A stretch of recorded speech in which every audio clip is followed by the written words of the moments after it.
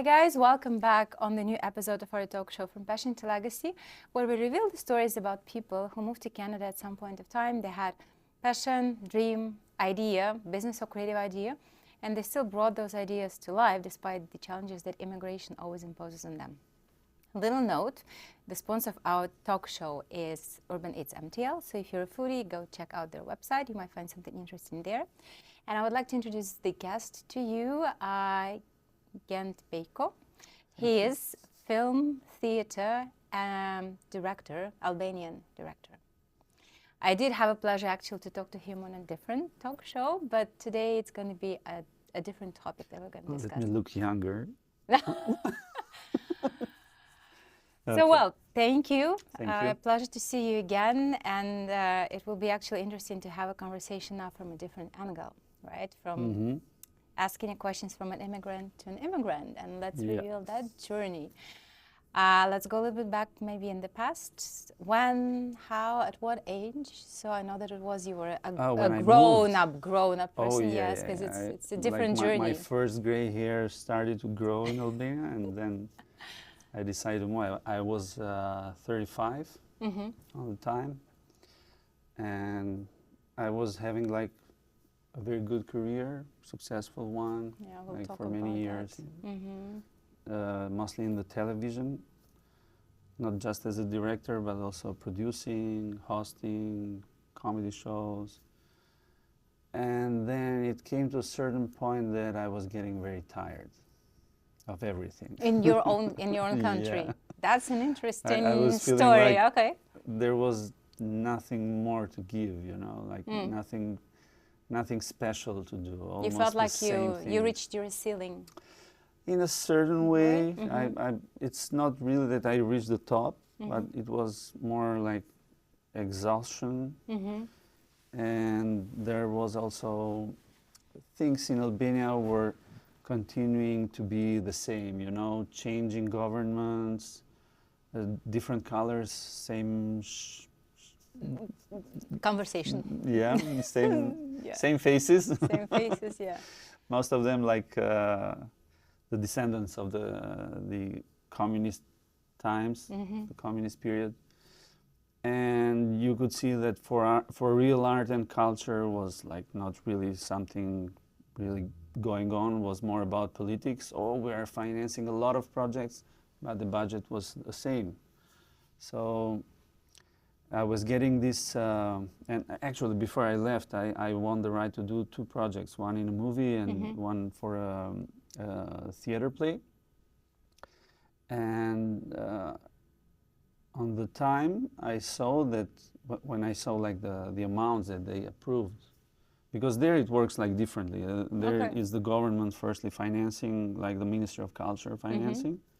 Okay, so let's reveal on that one, because it's an interesting topic. So how it's does different. it work in film industry there then? So there's like a national center of film, and they have this budget approved by the government that they have to spend about producing movies. But this is a really ridiculous budget. And it still goes on like a ridiculous one. So it's like, let's say that they have a budget of, I don't know, let's say it in the US dollars, $1 million for the year. For the year? Yeah, or 2 just millions. about for the movie? 2 millions and maximum. So with this budget, they have to produce like the features, the shorts, the animations, the non-fictions. So imagine what kind of money moves in that. And it's okay when you're like a young student and you want to do things like even just for passion, but when you're being too much on that industry, you know that it's ridiculous. So because there's people to pay, there's projects, engagements, and all contracts and all that stuff. So this is the film part. Then the Ministry of Culture has a budget for the theater, which was always the same. And they, when they changed the governments, they said, we're going to do more about culture. And they started to do more about culture with the same budget. So approving more projects with the same budget. So basically they were cutting to different, like smaller pieces. And when I got the approvals, it was very ridiculous. So it was like I felt offended. Okay, insulted. A lot insulted. Kind yeah. of, yeah, But okay. Yeah, even more like offended. Maybe it's like harder than just insulted because. And so I decided that I already had the permanent residency from Canada. Mm-hmm. So I said, okay, now maybe it's time to try, because otherwise my residency would have been like canceled. Mm-hmm. So I had to spend that amount of time to be able to keep my residency. Mm-hmm. So I said, okay, I'm going to move. I'm going to try something different. And I moved. I remember on the time I left a really harsh interview that after it spread in different websites and televisions, and like the funny thing is that there's a part, what I call like the imbeciles, that they think they are patriots, that they think that when you leave your country, you betray your country. Mm-hmm. But this is a very small part, because people that know you, people that follow you, like your audience, they know who you are. So that was a second insult in a certain way. It was like a phrase that was taken out of the full context. Yeah, because I like my pronunciation at the time, it was in Albanian. It was I'm leaving the country because I have enough of this part of society, like the scumbags part, because the scumbags are in the government. Usually they hide there, and they hide pretty well. Mediocre people, like attached to bureaucracy. So I said, okay, I'm going to leave from this part. But you know, you leave your country, but your country never leaves you. Yeah, that's true. So that's why I left, and I came here. You came to Montreal, To right Montreal, away? yeah. Speaking very basic French, just playing by ear. Since I speak Italian too, I was using like Italian phrases with Italian words with French accent. French accent, like I was playing on that. That's how I'm speaking Spanish now. It's like But, Spanish yeah, words with yeah. a French accent. I try like to, even when I dare, you know. And actually there's a very nice phrase in Canada, The Story of Us. It's a cycle of documentaries, like episodes that explain the history of Canada. It's very nice, like in a fiction way, but also documentary way, with famous people from Canada that they're speaking about the country, they are talking about it. And basically, if you see that those kinds of episodes, you don't have to study the book for the citizenship. So this is the immigration stories. So I saw that, and it was a very nice phrase that it got into my mind constantly.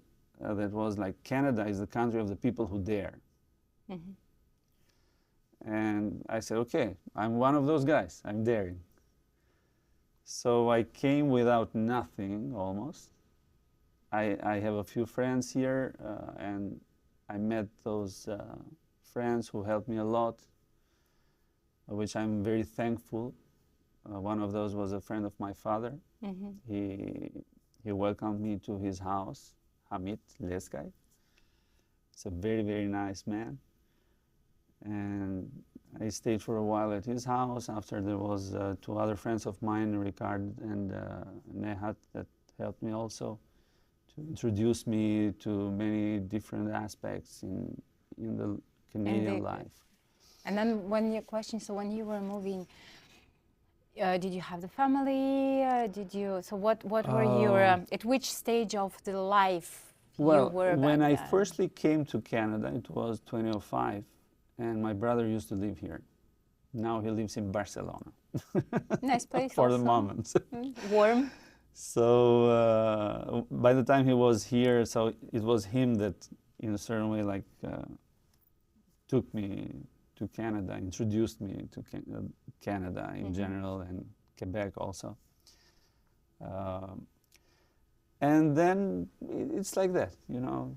But I didn't stay. I was coming and going a lot because of my projects in Albania, my family and stuff. So on that time, then I said, okay, I'm gonna settle. I'm gonna try to make things better.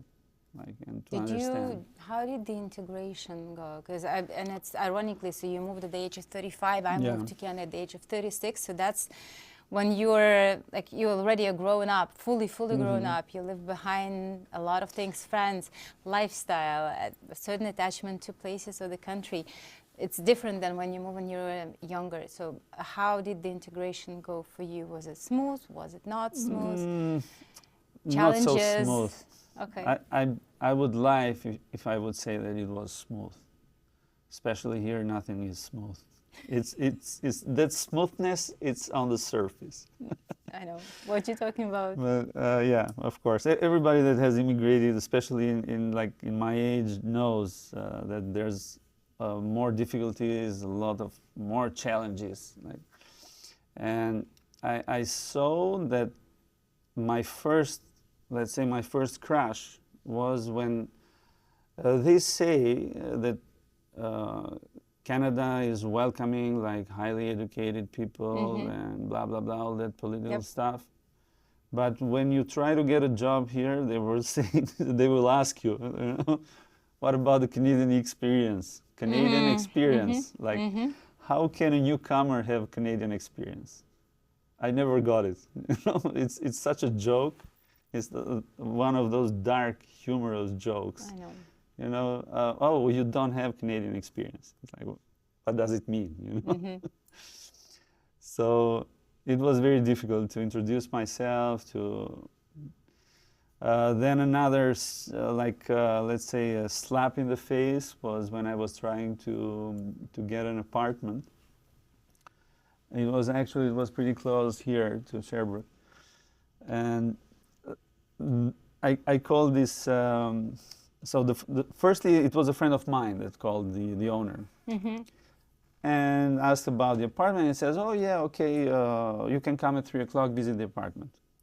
But now my friend could not come with me, so I had to go alone. My French was a disaster. I'm like just at the door of the building, I'm calling, "Monsieur." S'il vous plaît. I'm here, Je suis là. for the apartment. And I hear this voice, like a very angry voice. That's like, now I'm laughing about it, but this guy goes like, "Oh, c'est déjà loué, c'est déjà loué." I'm like, "What?" It's me. Like, you told me to come at 3 o'clock. No, désolé, c'est déjà loué. I'm like, what the, you feel bad, and I get myself 35 years old, very insulted, and I'm like walking on the street. I'm almost crying, but crying, from anger, like from nerves. I'm like, what's this kind of people, You at least be gentle. Yeah, exactly. And if you dub about something, I will pay you. It's not that I'm begging you to give me your apartment for free. I'm an owner myself now.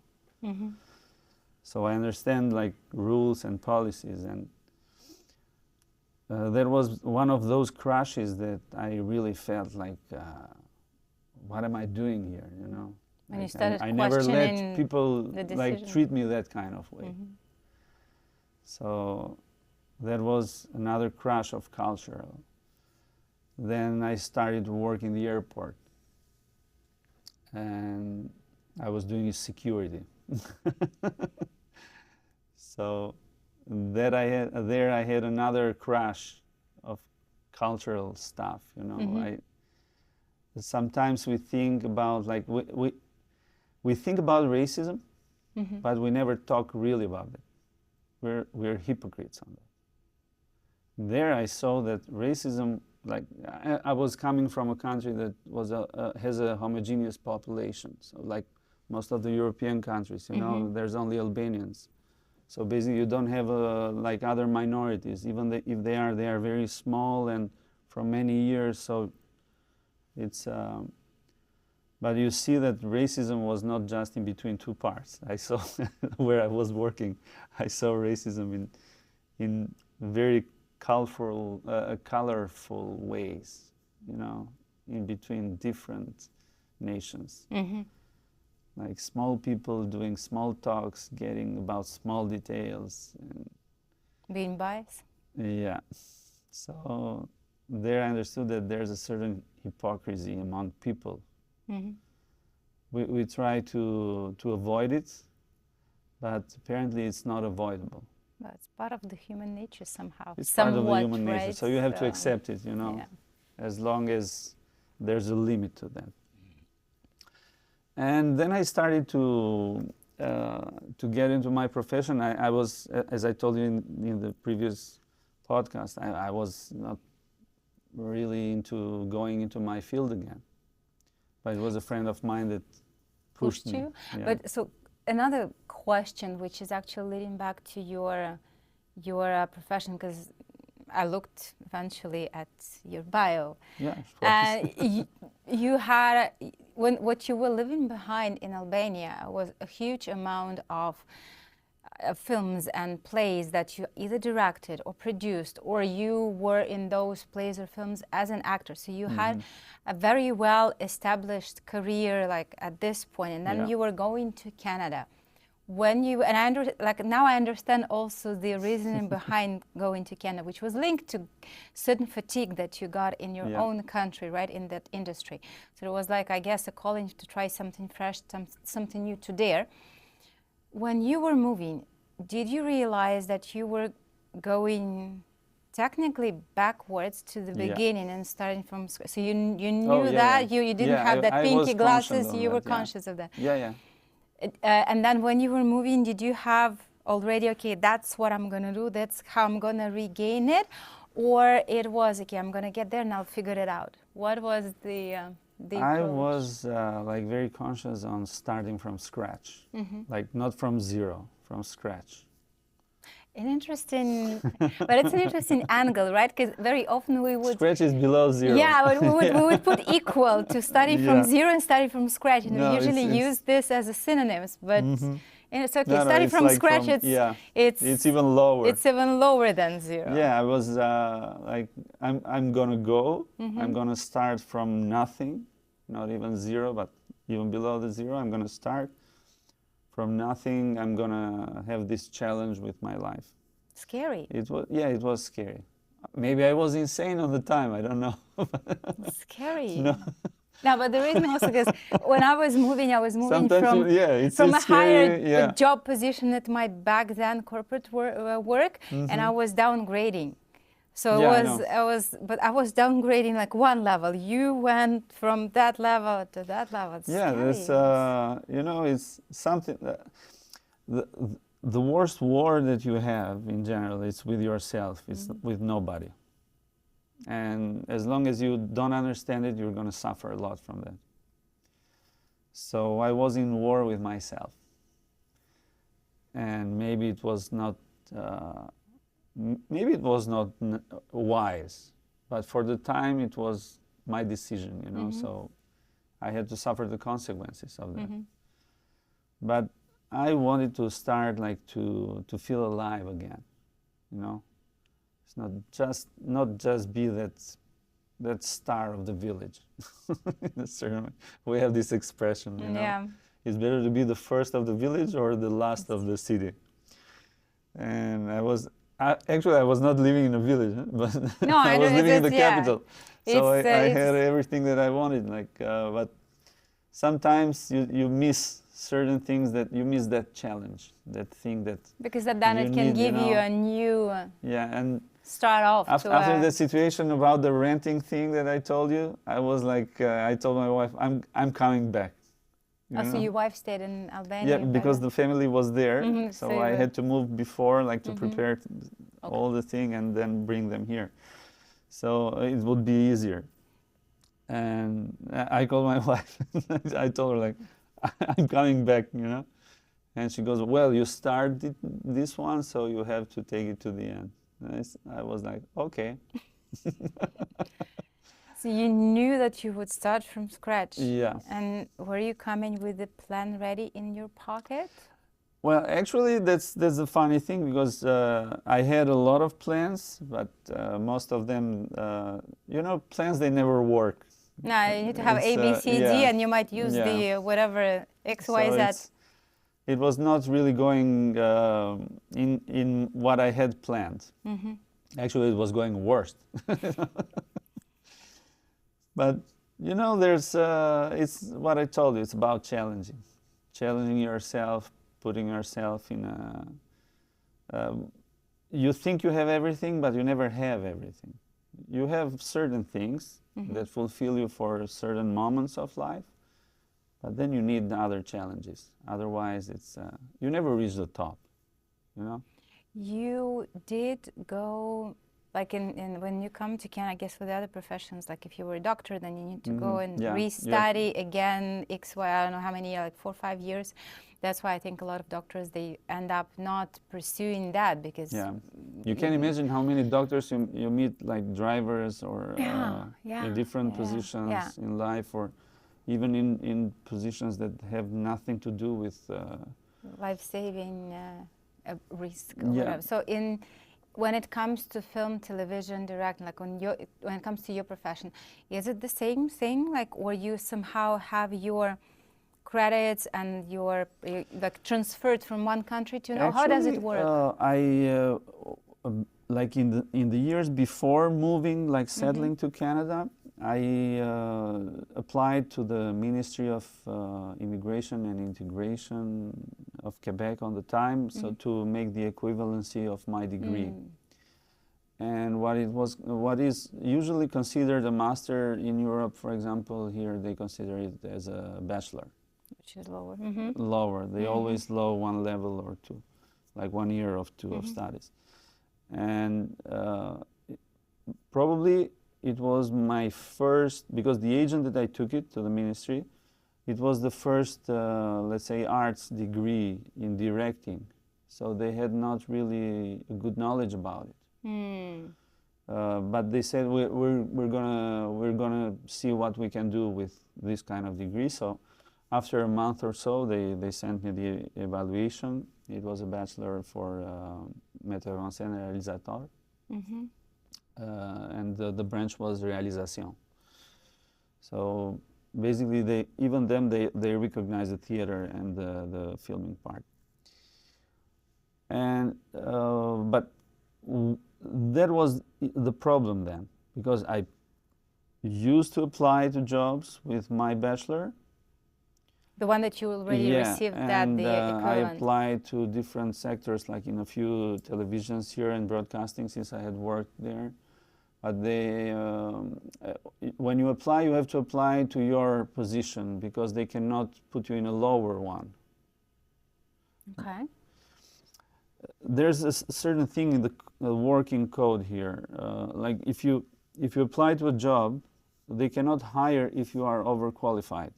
Yeah, I heard that a lot when I was But then you need that Canadian experience.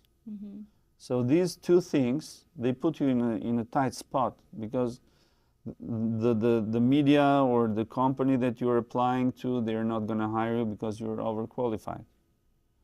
But then they ask you the Canadian experience, which you don't have.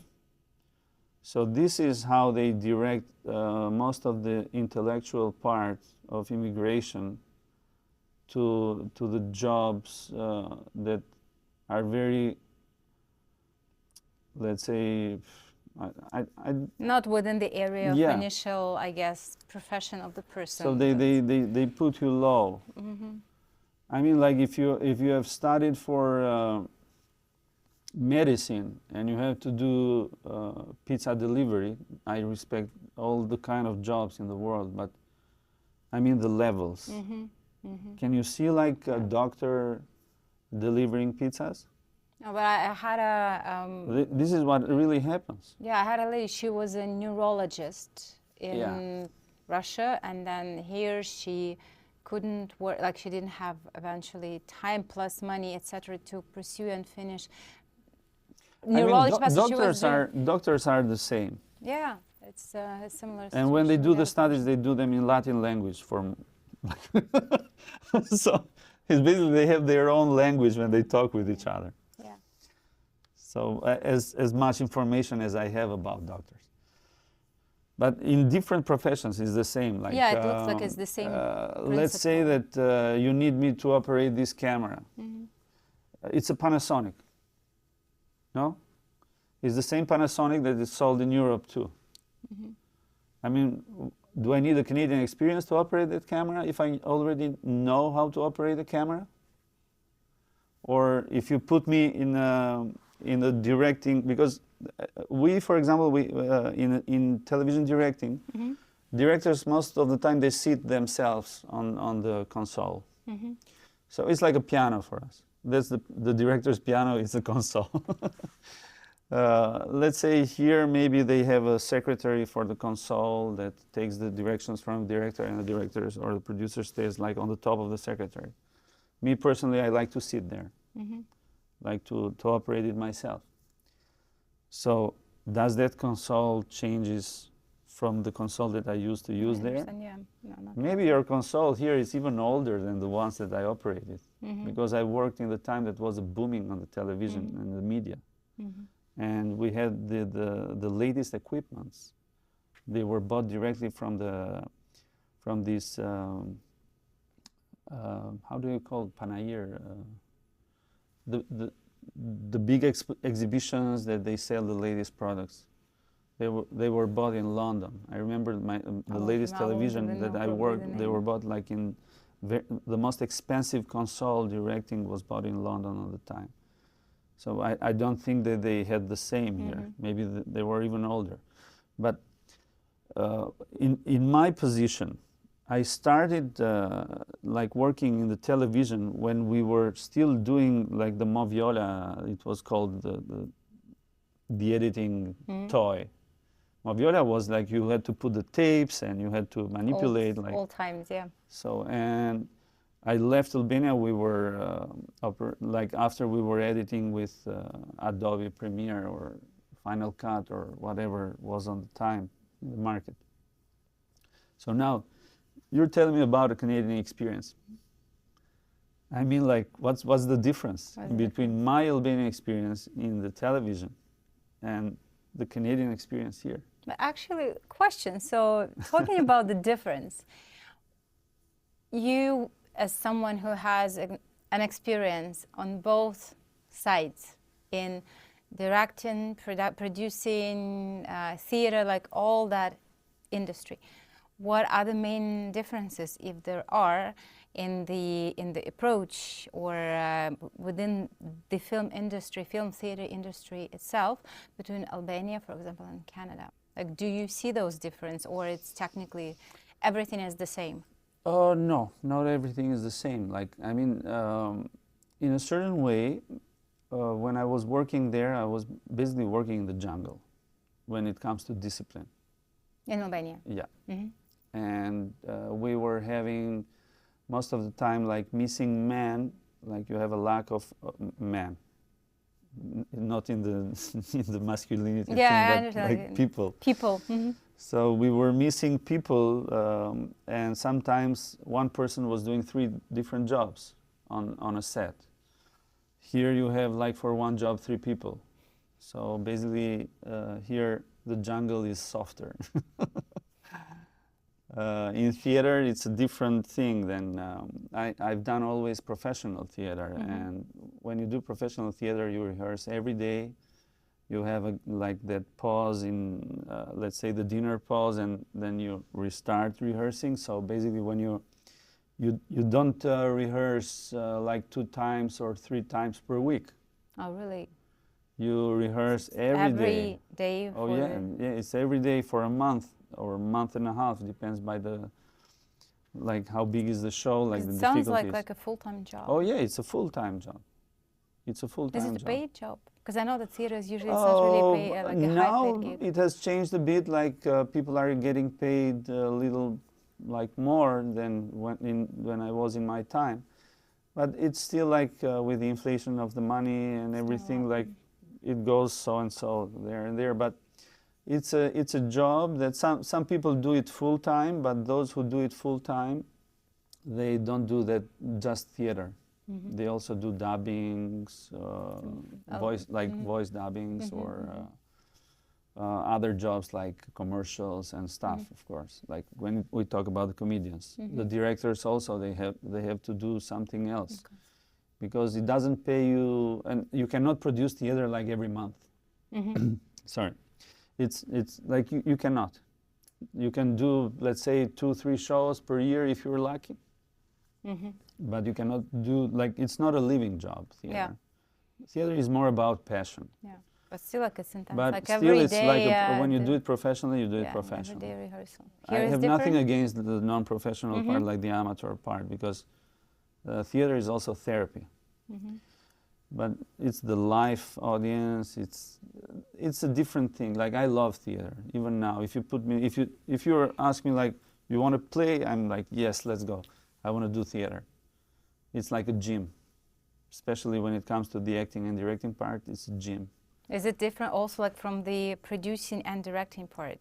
Is it different? Yeah, there of and course, here. of course. Even as a director, when you are like a theater director, not because there's a difference in between directors in theater. There's theater directors, but there's also like directors in theater that just put some plays on stage. So there's no creativity. So a real director has to be creative, because you're very conditioned when it comes to theater.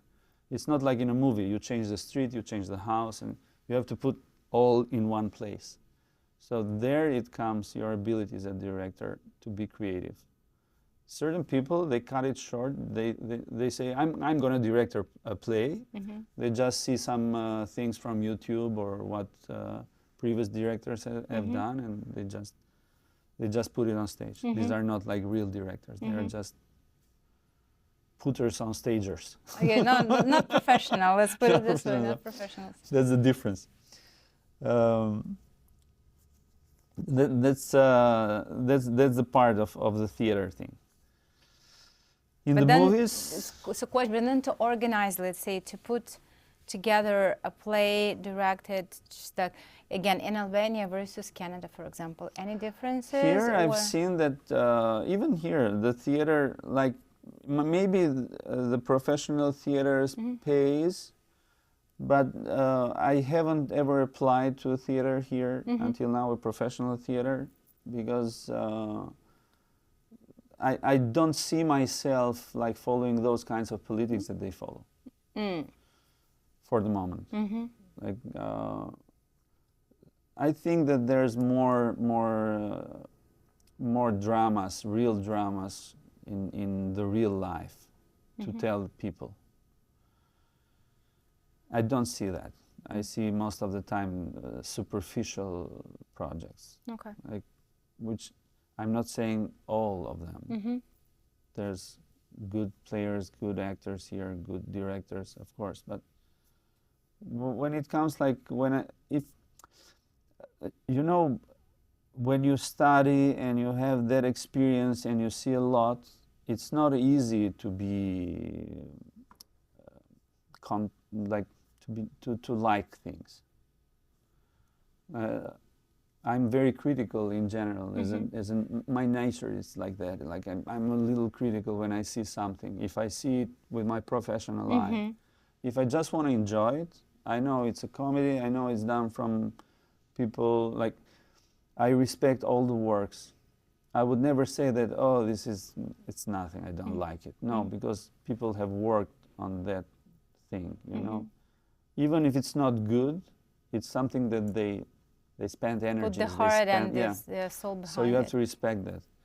But when it comes to really professional theater, I would always wanted to see a little more, like, on that side.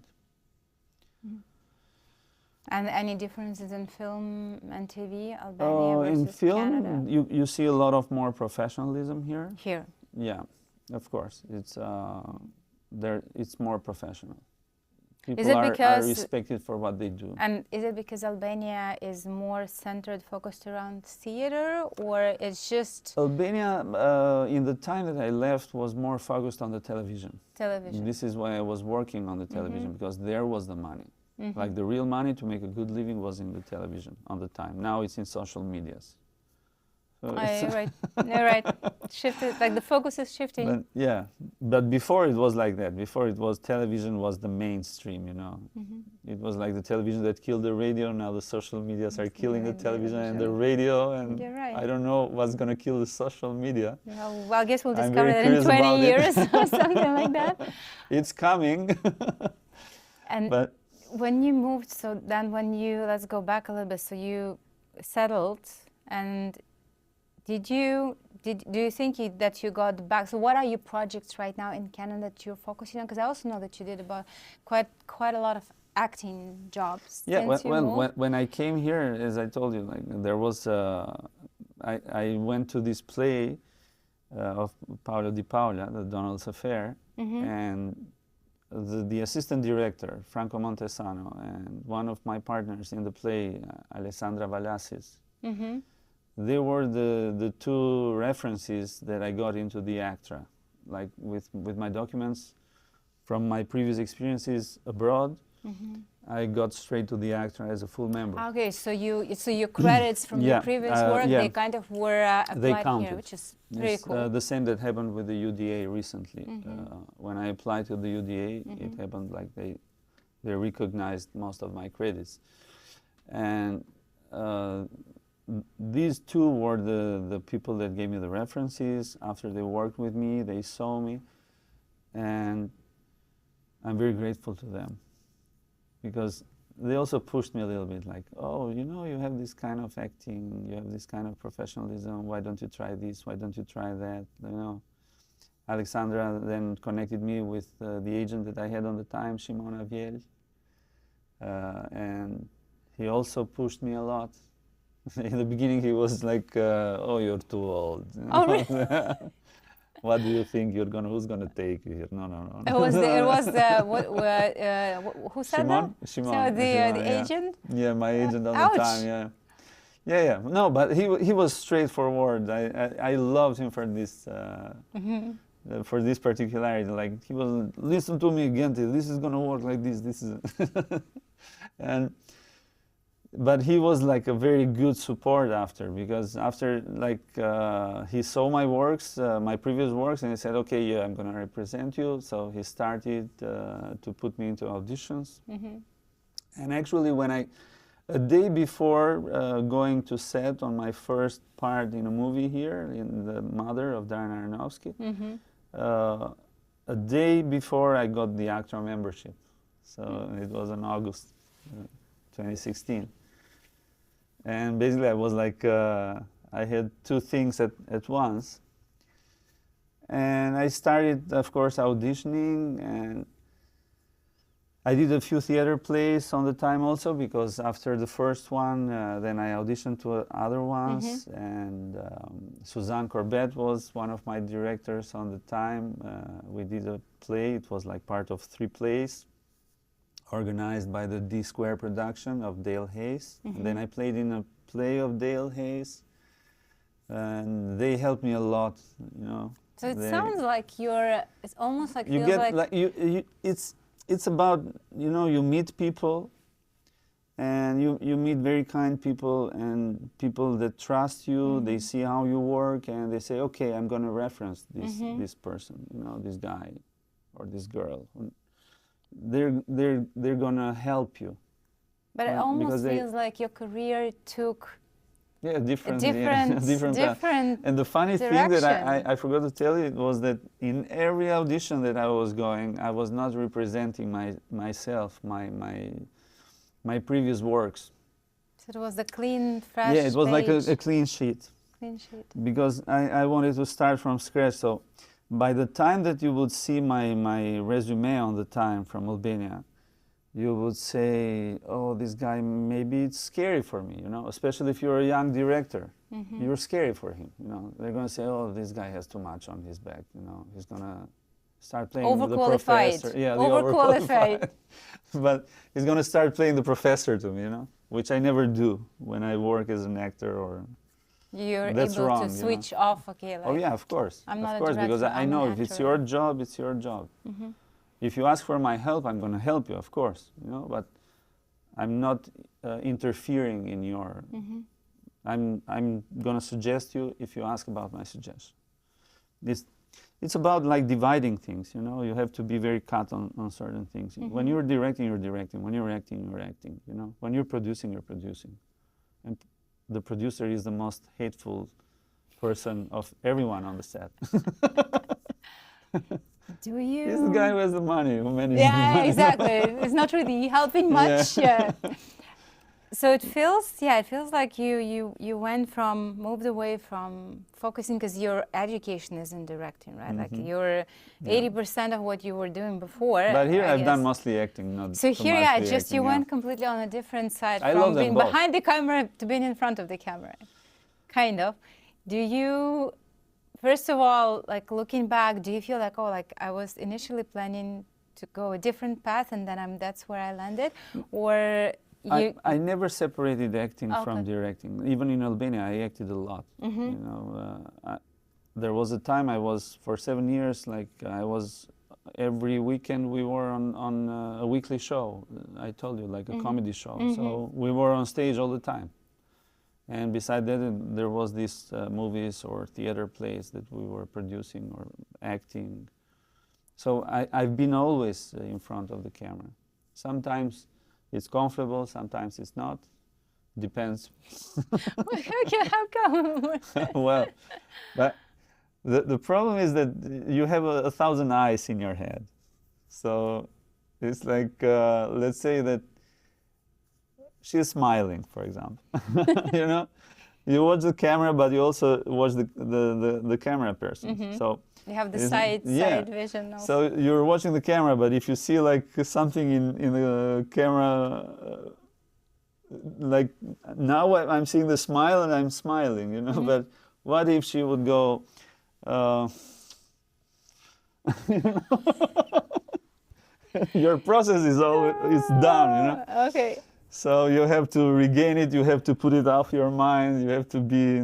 Yeah, because I guess you have like enjoyable and stressful in the same time. A developed reflex, I guess, when you work from both sides. When you work from both sides, we're talking now. I can even see this guy here. Okay, yeah. So you keep on still noticing everything that's happening around you. So it's you have a certain control in your surroundings. You know, this is why it made me such a good security guard on the time. In the airport.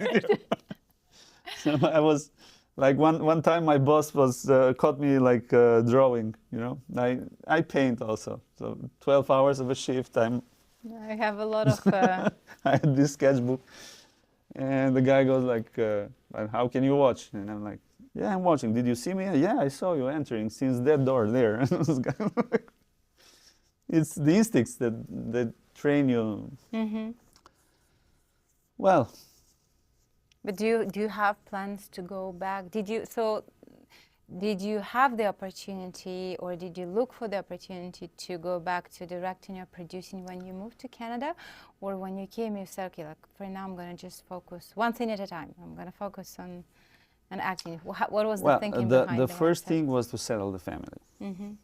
So because you have some responsibilities. I have 2 kids.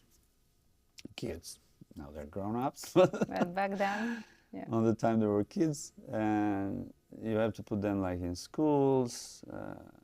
You have to see what are the possibilities. Your wife has to, since we come from 2 similar, let's say, fields, because in Albania she was a singer.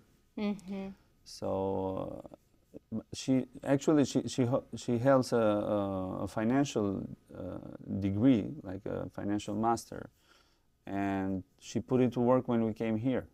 Like she works in a bank, but on the time she was just singing, you know, singing in the television shows, in live music concerts, and so we had a different life. So when you come here, you have to settle a lot of things. She's a little more rational than me when it comes to evaluating things, and like it was also to help her to get integrated on the. Actually, she learned French like before me, because when she came, she went straight to the French school. Okay, immersion you know, right so away. Immersion right away, like. I was most of the time, and even my contacts were and are in English. So most of the time I'm with the English part, like talking, and also because of the productions here, that most of them they come from the States, and exactly. so in a certain way you have to, but that does not mean that I don't speak French, you know. So it puts you on, when you have to organize life. We had to start thinking about putting a certain financial stability first, and that it's not going to come from movies or theaters, especially here. So the big change in life, it's really huge, because we used to make a living just out of our jobs in the art field. So in Albania, you were living off... I never did like a different job other your than passion. working on like on theater, television, and films. And here you face a different, totally a different thing, you know. Nobody's gonna call you to teach or to train actors or to give you this part or that part, you know. Then, of course, the accent plays a role on its part. You're never going to get that American standard accent that they ask. Tell me. Yeah. Yeah. No, but it's like this is true. We're not. You'll be a one-liner. We're not dreamers. One-liner, we like to dream, but I'm not in that like dreaming thing that I'm going to walk on the red carpet, bringing an Oscar now. And no, it's too late for that. I should have been born in Hollywood, maybe. With a different origin. Well, maybe with the same origin, just born there. Or... No, but I mean, like, you have to face the reality. So you have to start building things like slowly. So we did a financement, like after 3 years here, we sold the property in Albania, we invested here, we bought a profitable property, and we started to work on that direction. Okay. You know, I started to see also like working in some more social, environmental jobs, like with children, teenagers, because I have this tranquility, like I have this kind of communication with kids. You have a lot of patience? I have a lot of patience. And actually, no, I love taking care of them, because, you know, if in my opinion, this is only my opinion, if you want to bring something good for the future, it's the kids. If you don't raise them good, if you don't support them, like, that's the main investment that we have to do. We have forgotten the kids. Most of the time we forget about them. But forgetting about kids is forgetting about the future. No, future is not money. Future is kids. The generation is already different. Come, so at least, you need to make like sure that you're building we're the raising. foundation. What are we raising? What are we giving them? It's so in that direction. This is why I'm doing a master now. That will bring my job as a director in a different, let's say, in a different area. So I know from the other talk show, the Masters of the Master in drama therapy. So I want to put all my experience in a more profitable way, like profitable not for me, profitable for everyone. Beneficial. Because all my experience has to go now to support or to help people that need that. If until yesterday I was just like trying to make audiences laugh or cry or whatever, like feel like emotionally, getting light emotionally. Now I want to do something even more.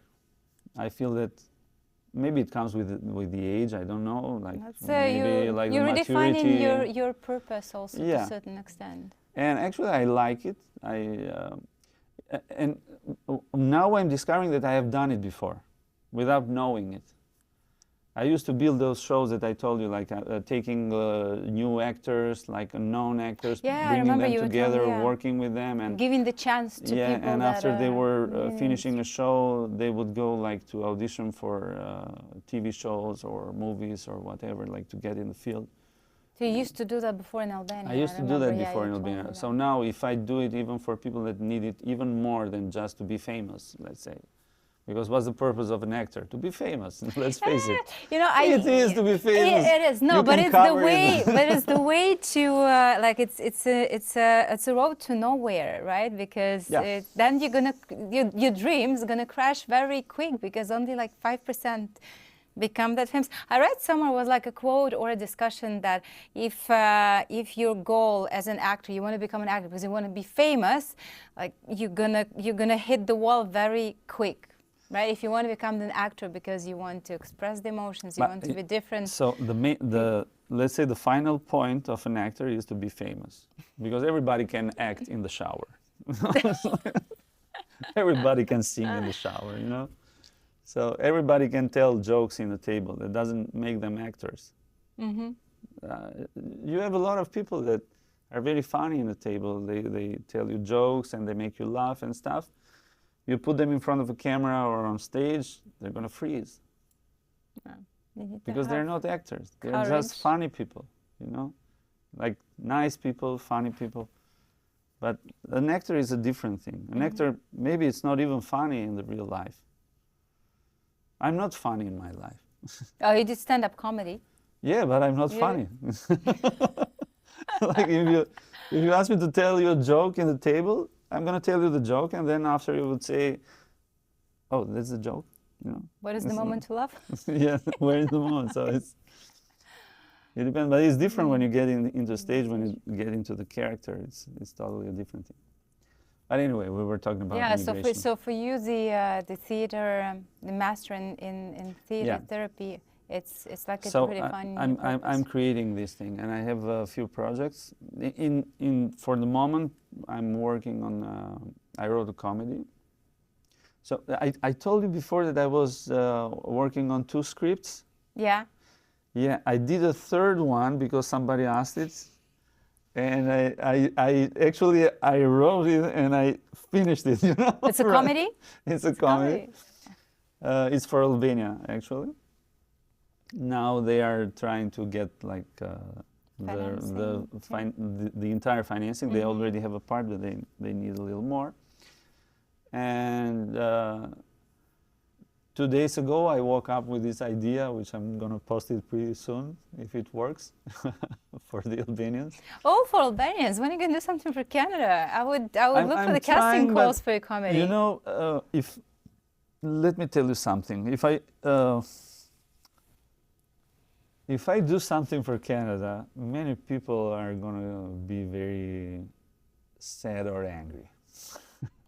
You're going to, in which because time? I have a certain bad habit of being very straightforward and very critical on things. Mm-hmm. So I was telling you about that thing about that Canada is the country of people who dare. But in these recent years, I've seen that more than the people of those people who dare, I see people who are scared to talk, like to openly talk, to criticize, to ask why, to tell the governments, not just this one, but maybe even the previous ones and the ones to come. They have to tell them that you cannot sell me something that is mine. Because what they're actually doing with us, they are destroying the middle class. And that's a pity for Canada. Canada in general, and in Quebec also, especially in Quebec, that we live it every day. They have to tell people, to tell the governments that they should stop destroying the middle class. Because the middle class is the class that keeps the foundation of a society. You cannot talk about democracy if you don't have middle class. If ever democracy existed, which is another. It's another thing. question. Yeah, it's not a big topic. Yeah. But what they're doing to the middle class, because if you are too poor, they're going to give you a certain support to keep your breath alive. If you're too rich, they're never going to reach at you. You know, they're just going to let you be, you know. But if you're middle class, that's where they're going to hit with taxes after taxes, fines, controlling. So the middle class is really struggling. And I would lie if I would say that I'm happy in Canada, this is such a great country, this is the dreams that I had my entire life now realized. No, it's not true. And since I'm living here and I'm a Canadian, I have the right to say it. But what can you say when you're just alone, you know? Yeah. When other people, your neighbor is going to tell you, like, don't talk. You don't need them. You don't need them to come at your door, like, because even here you can get penalized. Governments are made by people. They have emotions too. They just have the law on their side. Empowered. So now the hitting that they are doing to the middle class is a disaster. And if it continues like this, I'm very concerned about the future. My future, my family's future, and all of us. So that's why, like, your projects, the one that go it's beyond the acting, they go. I mean, like, we should talk about these things before telling to someone, like, oh, I don't like your kind of humor because it's, I don't know, it's so racist, or it's so phobic, or it's so this and so that. You know, it's comedy. It started from the phallic dances. What do you mean? But it's not about, like, small things. I broke my nail. Doesn't care, it's going to grow up again. But if you break somebody's character, somebody's identity, somebody's personality, you're not breaking just a nail. No, you're breaking people. You're breaking souls. This is what I want to talk about. I don't want to talk about, oh, look at this river, how nice it is. That river has been there, is going to be there after I'm gone. It's always going to be there. It's not us, the people, who are destroying the nature. We're destroying each other. We're just, like, not even 5 seconds in this planet. I'm with that theory. Most of them, they don't like it. Some people might not like it, but I'm conscious about that. We're just not even 5 seconds in this planet. The civilization, our our human being. We cannot destroy a planet. We cannot pay taxes that are about air. Because it's going to come pretty soon the time that they're going to tax us even about the air we breathe. Well, that's, yeah. Did you ever think about going back to Albania, or?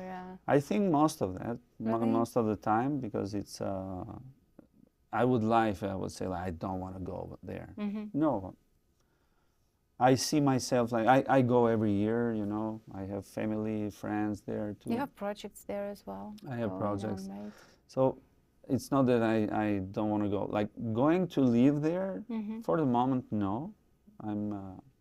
Because it's not easy now. You have a certain, like, investments here. So the life is in between the two of the countries. The two countries. And I don't want to be like an idealistic person, but I cannot accept the idea that I'm, like, I'm just an immigrant here. By the time that I made an oath to this country, this is my country too. I'm not that kind of person that is coming to Canada to take a passport and then don't care, like, whatever happens. No. I believe in my principles. I'm a man of honor. And my word has a certain value. That's the way I was raised. So if I make an oath, it's not about taking a piece of paper. It's about making an oath to a country, to a place that you belong now. So when it's about Canada, and it's sometimes with my friends I make this kind of joke. I say, Albania is my motherland. Canada is my fatherland. Both my parents are Albanians, you know, but let's say in the metaphor of the thing. Now I live in between two countries. So I would not want to look either of them in a bad position or in a bad situation and just pretend I saw nothing. So if somebody wants to judge me for my ideas when I talk about them, they have to understand that I'm not an immigrant anymore. I was an immigrant until the moment that that person, that owner, closed the phone to me. On that moment, you know, I had that, as strong as you might be, sometimes you have your, you know, ups sometimes and downs. You might fall a little bit. But when you raise stronger. And that was the starting point for me.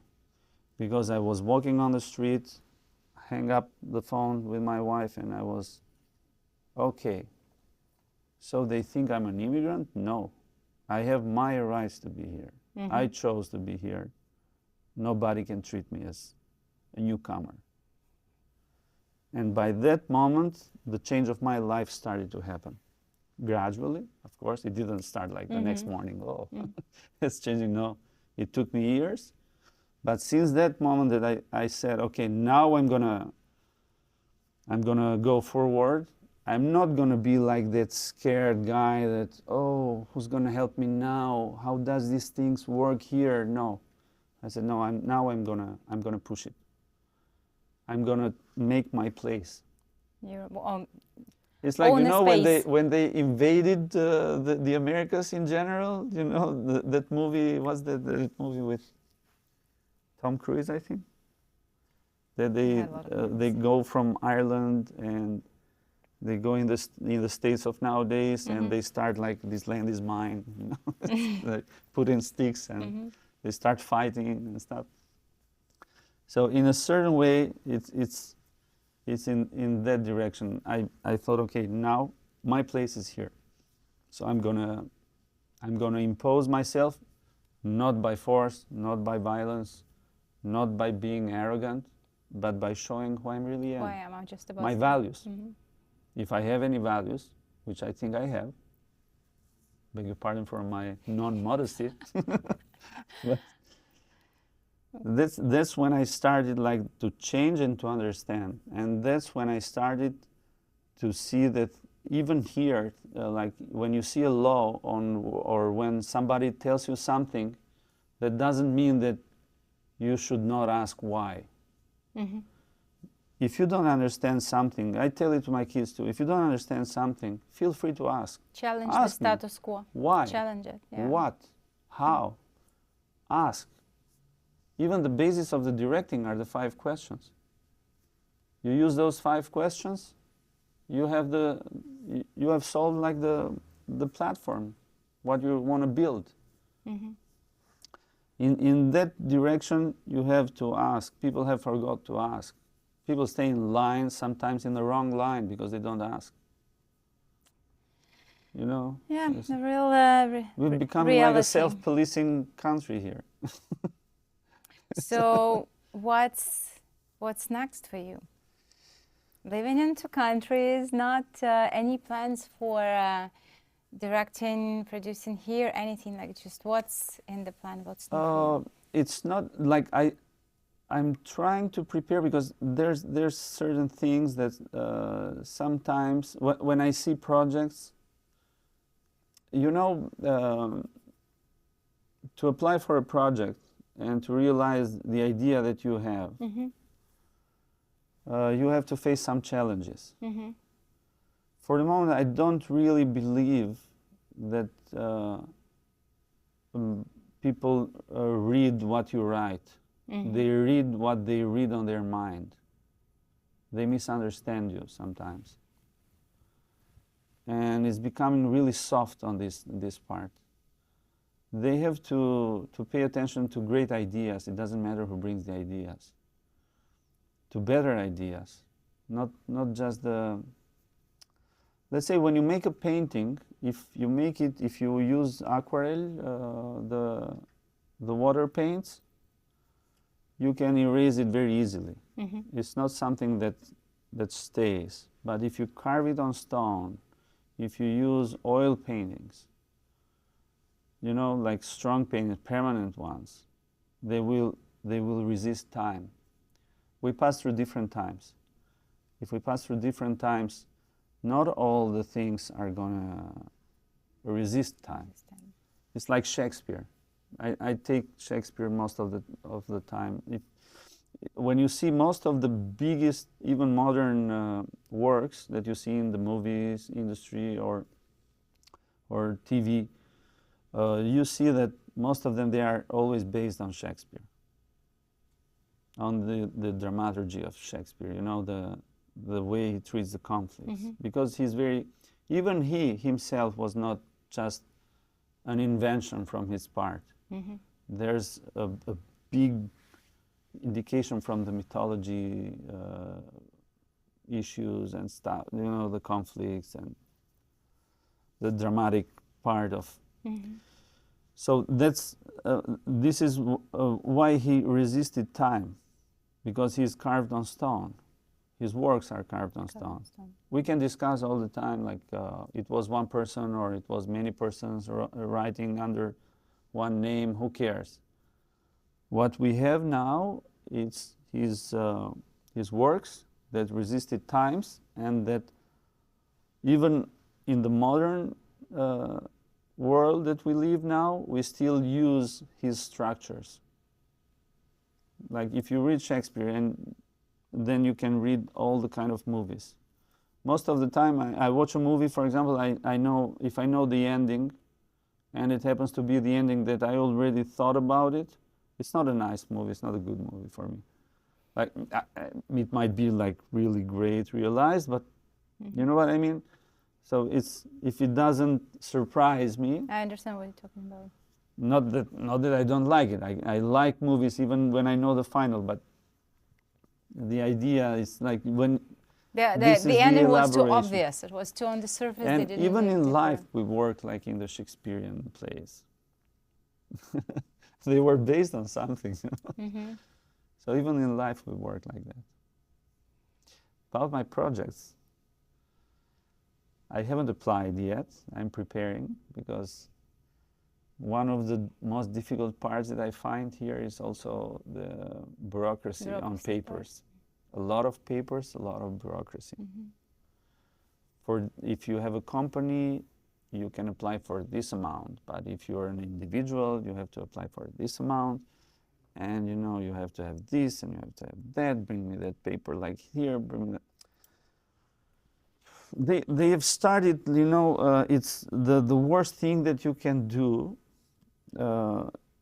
It's to put art into some cliches. You know, to put art into some formulas.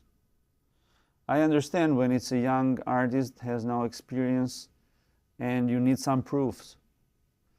But if you see like, let's say just 5 works of mine, and you like it, give me the project.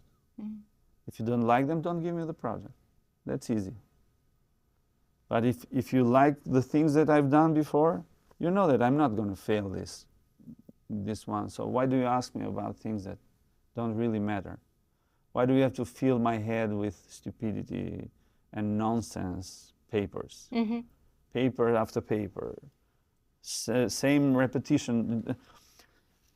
Tell me, like, when they give you a file and they tell you to fill all those things. Have you noticed that in all the kind of fields you feel almost the same things twice, 3 times?